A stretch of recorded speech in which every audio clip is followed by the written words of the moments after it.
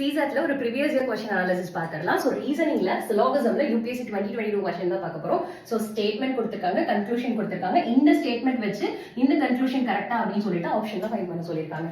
சிலோகிசம் பொறுத்த வரைக்கும் ஸ்டேட்மென்ட்ட when diagram use பண்ணி கன்க்ளூஷன் நம்ம ஃபைண்ட் பண்ணுவோம். ஓகே, சோ ஸ்டேட்மென்ட்க்கு நம்ம வென் டயகிராம் டிரா பண்ணிடலாம். So all Benz R book.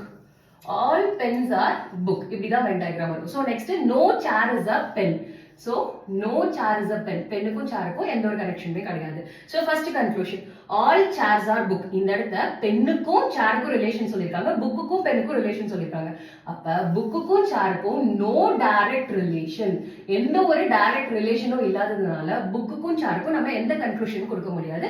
It is wrong. Next some chairs are pen. some chairs are pen அப்படின்றது எப்படி சொல்லலாம்? சோ இந்தியாவுக்கும் பாகிஸ்தானுக்கும் எந்த ஒரு ரிலேஷன்ஷிப் இல்ல அப்படினாலுமே டெல்லிக்கும் பாகிஸ்தானுக்குமே எந்த ஒரு ரிலேஷன்ஷிப் இல்ல தானே. சோ கம்ப்ளீட்டா இல்லைனாலும் ஒரு பகுதிக்கு இல்லைனாலும்ன்றது இல்ல தானே. ஓகே, சோ அப்ப some chairs are penன்றதும் not right. Next all books are chair. Already நான் சொன்ன மாதிரி புக்குக்கும் சேருக்கும் எந்த ஒரு டைரக்ட் ரிலேஷனுமே கிடையாது.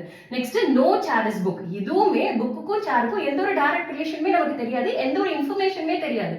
ஓகேங்களா? சோ அதனால இந்த கன்க்ளூஷனும் ராங் தான். So option D none of the conclusion follows is the right answer. So comment செக்ஷன்ல ஒரு क्वेश्चन கொடுத்திருக்கேன், அதுக்கு ஆன்சர் பண்ணுங்க. என்னோட CSAT ரெக்கார்டட் கிளாसेस 2025 வேணும்னா இந்த நம்பருக்கு வாட்ஸ்அப் பண்ணி வாங்கிக்கோங்க. 1200 மட்டும் தான். ஓகே.